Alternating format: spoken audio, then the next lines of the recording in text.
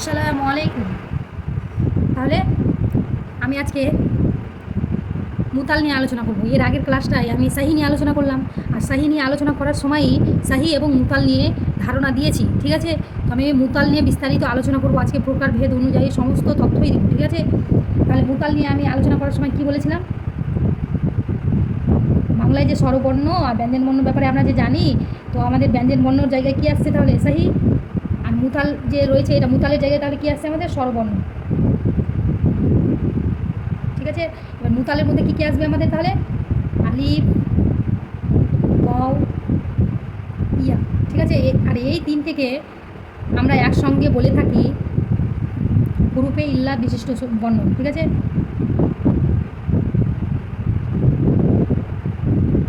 হুরুফে ইল্লাত, হুরুফে ইল্লাত বলতে তাহলে আমরা বুঝি আলিফ, ওয়াও, ইয়া। এবার এর আগে আমি বলেছিলাম সাহিতে কি থাকবে, সেই ক্লাসটা যদি না করে থাকো তাহলে অবশ্যই করে নেবে, কারণ সাহি নিয়ে ধারণা নিয়ে আসবা। সাহি নিয়ে যখন ধারণাটা সম্পূর্ণ হয়ে যাবে তখন আমি মুতালটা বুঝাবো, তো তোমাদের মাথায় স্পষ্ট বুঝতে পারবে। তার জন্য আগের ক্লাসটা অবশ্যই করে নেবে, ঠিক আছে। এবার আমি সাহিতে বলেছিলাম যে আলিফ, ওয়াও, ইয়া বাদ দিয়ে যেগুলো পড়ে থাকবে সেগুলো সাহির মধ্যে যাবে, বাকি 25টা বর্ণ, ঠিক আছে। আর এই যে তিনটে রয়েছে আলিফ, ওয়াও, ইয়া, 28টির মধ্যে আলিফ, ওয়াও, ইয়া যে রয়েছে সেটি আমাদের হয়ে যাচ্ছে হুরুফে ইল্লাত। আমাদের আলিফ বা এরকম করে যে চলে যাচ্ছে ইয়া পর্যন্ত, এই সমস্তকে আমরা টোটাল আমাদের রয়েছে 28টি বর্ণ, ঠিক আছে। আরবিতে আমাদের 28টি বর্ণ, ঠিক আছে। এই 28টির মধ্যে 25টি ওই চলে যাচ্ছে তোমার সাহির মধ্যে, আর মুতালের মধ্যে আসছে শুধুমাত্র তিনটি কী কী তাহলে, আলিফ, ওয়াও, ইয়া। আর এই তিনটিকে আমরা হুরুফে ইল্লাত বলবো, ঠিক আছে। এবার আমি হুরুফে ইল্লাত নিয়ে আমি একটা সংজ্ঞা দেওয়ার চেষ্টা করছি, ঠিক আছে। এই যে দেখো, আমি আগে উদাহরণ দিয়ে দিচ্ছি।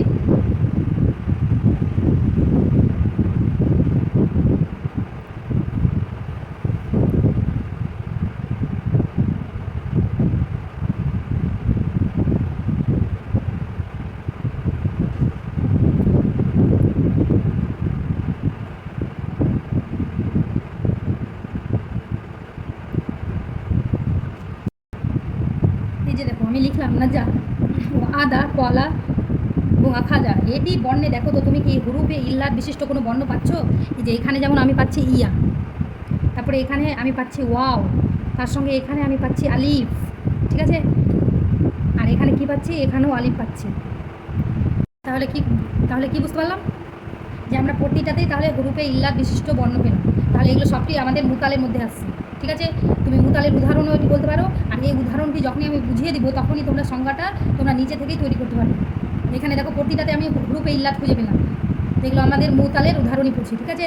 এই যে দেখো যে সমস্ত শব্দে, এই যে দেখো যে সমস্ত শব্দে তুমি হুরুফে ইল্লাত বিশিষ্ট বর্ণ পাবে, ঠিক আছে। যে সমস্ত শব্দের মধ্যে তুমি হুরুফে ইল্লাত বিশিষ্ট বর্ণ পাবে তাকে তুমি মুতাল বলবে, ঠিক আছে।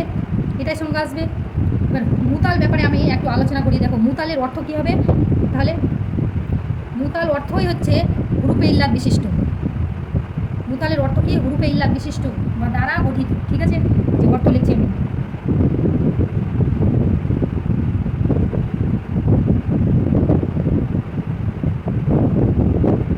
মুতাল অর্থ হলো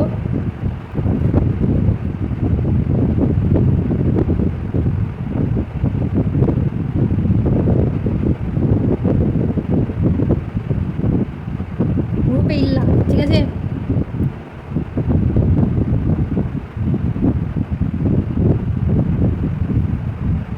হুরুফে ইল্লাত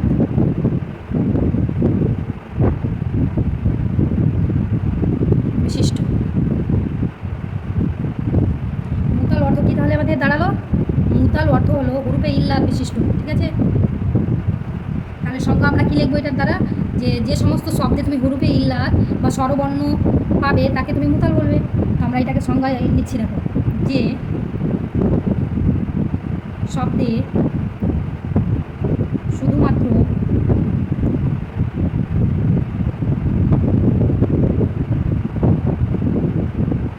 হুরুফে ইল্লাত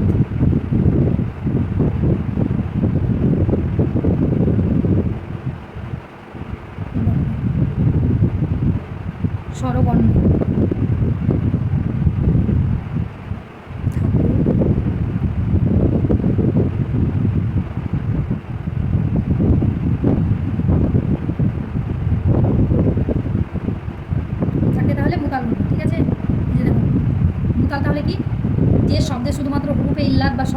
থাকে তাকে মুতাল বলা হয়।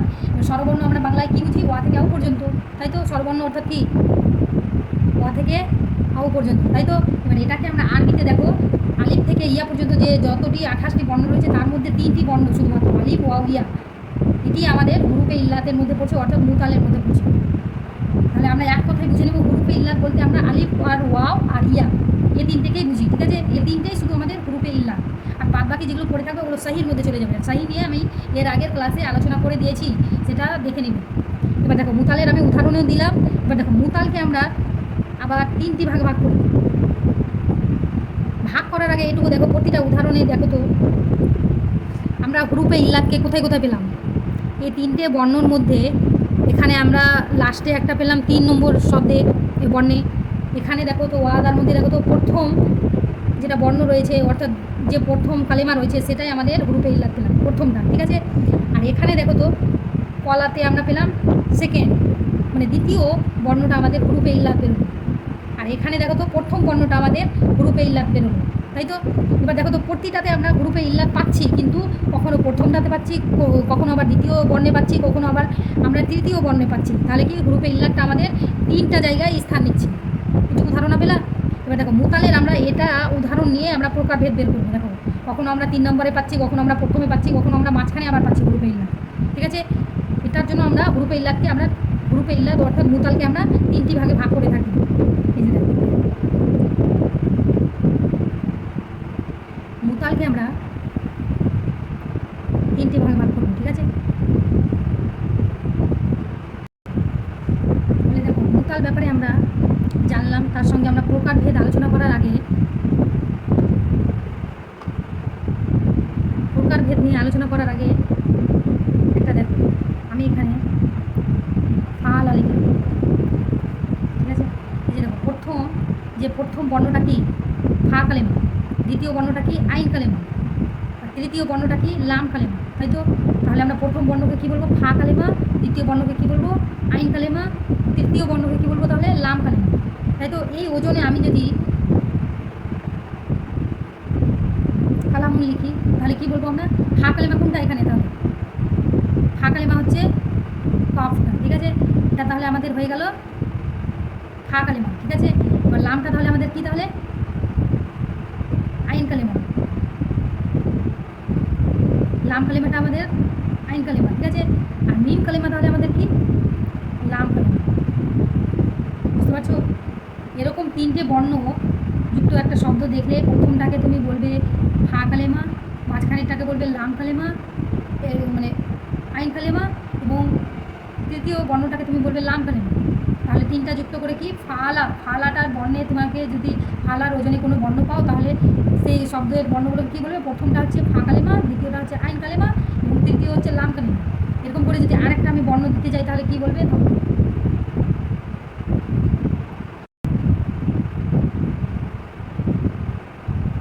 নাসারা, সে সাহায্য করলো, এই দেখো নাসারা।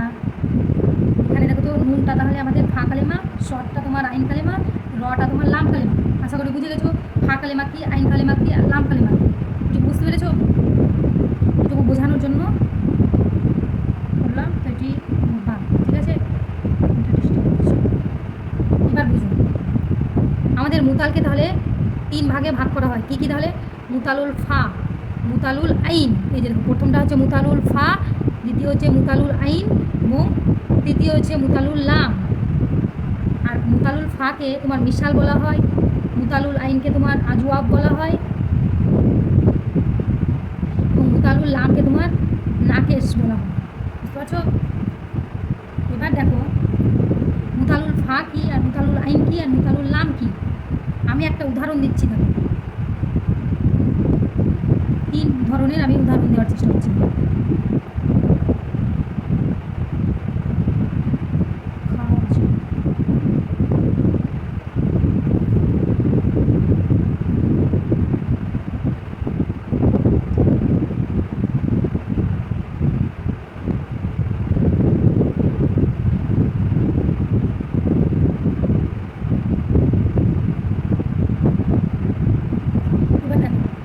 এখানে যে আমি 3টা শব্দ লিখলাম, কলা, নাজা, আখাজা, এখানে দেখো তো এখানে দেখো খাজাতে দেখো তো তুমি হুরুফে ইল্লাত মুতাল বলতেই তাহলে আমাদের আলিফ ওয়াও আর ইয়া খুঁজে পাবে, তাই তো? তাহলে এই তিনটেতে দেখো তো আমাদের এই আলিফ ওয়াও ইয়ার মধ্যে হুরুফে ইল্লাত বিশিষ্ট বর্ণ কোথায় পেলে? প্রথমটাই পেলে। তাহলে এটা কি প্রথম বর্ণটায় কী বলবে?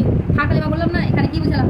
প্রথমটা ফা কালেমা, দ্বিতীয় হচ্ছে আইন কালেমা, তৃতীয় হচ্ছে লাম কালেমা। দেখো তো আমরা ফা কালেমায় আমরা কি খুঁজে পেলাম? হুরুফে ইল্লাত। তাহলে ফা কালেমায় যেখানে তুমি হুরুফে ইল্লাত খুঁজে পাবে সেই বর্ণটা তাহলে হয়ে গেল মুতালুল ফা। ঠিক আছে, এবার দেখো এখানে দেখো, এখানে নাজাতে দেখো তো হুরুফে ইল্লাত কোথায় রয়েছে আমাদের? লাম কালেমাতে। এই যে দেখো এটা আমাদের লাম কালেমা, আর এখানে ছিল এটা ফা কালেমা। এইখানে দেখো আমরা লাম কালেমাতে তাহলে আমরা হুরুফে ইল্লাত খুঁজে পেলাম। তাহলে এই বর্ণটা আমাদের এই শব্দটা হয়ে যাবে মুতালুল লাম অর্থাৎ নাকেশ। এবার দেখো কলা, কলার মধ্যে হুরুফে ইল্লাত কোথায় পাচ্ছ তোমরা? এই যে দেখো মানে দ্বিতীয় বর্ণটা অর্থাৎ আইন কালেমাতে পাচ্ছ। দ্বিতীয় বর্ণটা আমরা কি বলেছিলাম? আইন কালেমা। ঠিক আছে, ফালা, ফালার আইন কালেমাটা হচ্ছে আলিম। তাহলে হুরুফে ইল্লাত আমরা পেলাম আইন কালেমাতে, এটা আইন কালেমা। তাহলে এটা হয়ে যাবে মুতালুল আইন। কলাটা হয়ে গেল তাহলে মুতালুল আইনের উদাহরণ। এবার বুঝতে পেরেছো মুতালুল ফা, মুতালুল আইন আর মুতালুল লামটা কি? এবার আমি এটাকে সংজ্ঞা আকারে তোমাদের বোঝাচ্ছি। দেখো মুতালকে যে আমরা তিনটি ভাগ ভাগ করে থাকি, বিশাল অর্থাৎ মুতালুল ফা, এটা হচ্ছে মুতালুল ফা কি? তাহলে যে শব্দের মধ্যে, আমি লিখছি না কিন্তু সংজ্ঞাগুলো, আমি উদাহরণের সঙ্গে বুঝিয়ে দিলাম। এবার আমি সংজ্ঞাটা শুধু আমি বলছি, তোমাদের যদি নোট করার ব্যাপার থাকে নোট করে নিই। ঠিক আছে, এবার দেখো যে শব্দের মধ্যে, এই যে দেখো ফা কালেমা কোনটা পেলাম আমরা? এখানে দেখো যে শব্দের মধ্যে ফা কালেমা অর্থাৎ প্রথম বর্ণে, যে দেখো প্রথম বর্ণে ফা কালেমা অর্থাৎ প্রথম স্থানে হুরুফে ইল্লাত বিশিষ্ট বর্ণ পাওয়া যায় তখন তাকে মুতালুল ফা বলা হয়। যে শব্দে হুরুফে ইল্লাত প্রথমে অর্থাৎ প্রথম স্থানে অবস্থান করবে তাকে মুতালুল ফা বলা হয়। তাহলে আখাজাটা হয়ে গেল আমাদের মুতালুল ফায়ের উদাহরণ। ঠিক আছে, এবার দেখো মুতালুল আইন। আমি মুতালুল আইনে কি বুঝালাম? আইন কালেমাতে তাহলে আমাদের হুরুফে ইল্লাত পাবো। এখানে মুতালুল আইনের উদাহরণ কি আসছে? তাহলে কলা, কলাতে দেখো আইন কালেমাতে আমরা কলা পেয়েছি, তাই তো? এবার দেখো যে শব্দের মধ্যে হুরুফে ইল্লাত আইন কালেমাতে রয়েছে অর্থাৎ মাঝখানে অর্থাৎ দ্বিতীয় বর্ণও বলতে পারো, মাঝেও বলতে পারো।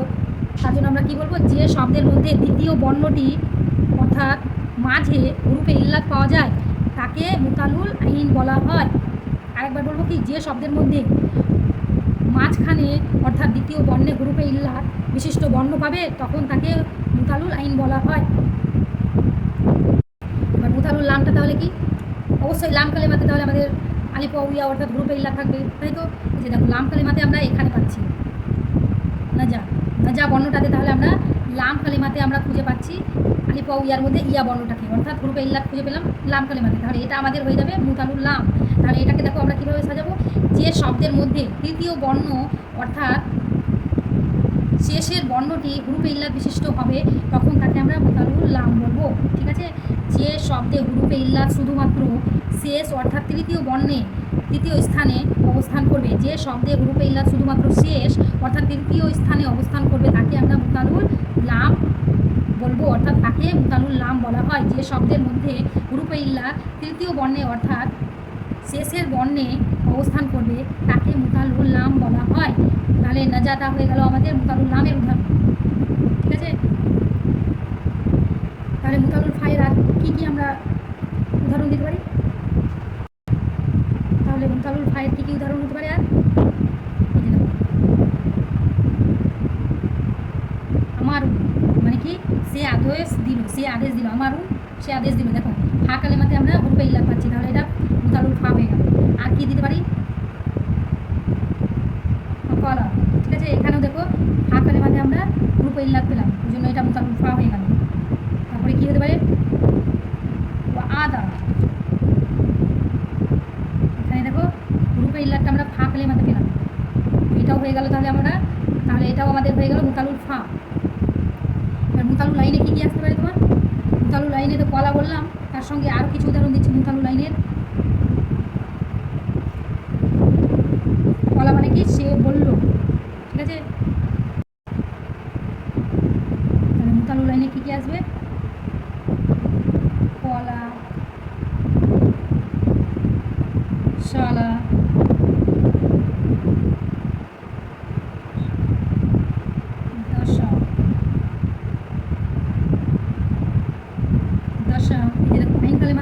সবসময় দেখো হুরুফে ইল্লাতটা আমরা আইন কালেমাতে পাচ্ছি। এটা এটা আলিফ এখানে আইন কালেমাতে যখনই আমরা হুরুফে ইল্লাত পাবো সেটাকে বলবো মুতালুল আইন অর্থাৎ আজওয়া। ঠিক আছে, যে শব্দের মধ্যে মাঝে বা দ্বিতীয় বর্ণে হুরুফে ইল্লাত পাওয়া যায় তখন তাকে মুতালুল আইন বলা হয়। ক্লিয়ার? আর কি হতে পারে? মুতালুল লাম। মুতালুল লামে তাহলে আমরা পাবো লাম কালেমাতে, তাই তো?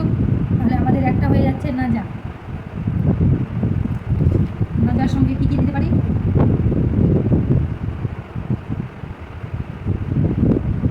কারা, দেখো তো কারা, দেখো লাম কালেমাতে আমরা পেলাম হুরুফে ইল্লাত, ওই জন্য এটা মুতালুল লাম হয়ে গেল।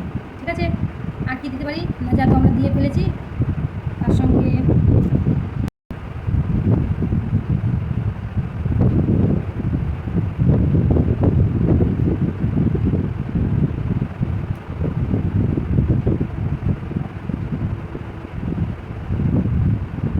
নাজা, তার সঙ্গে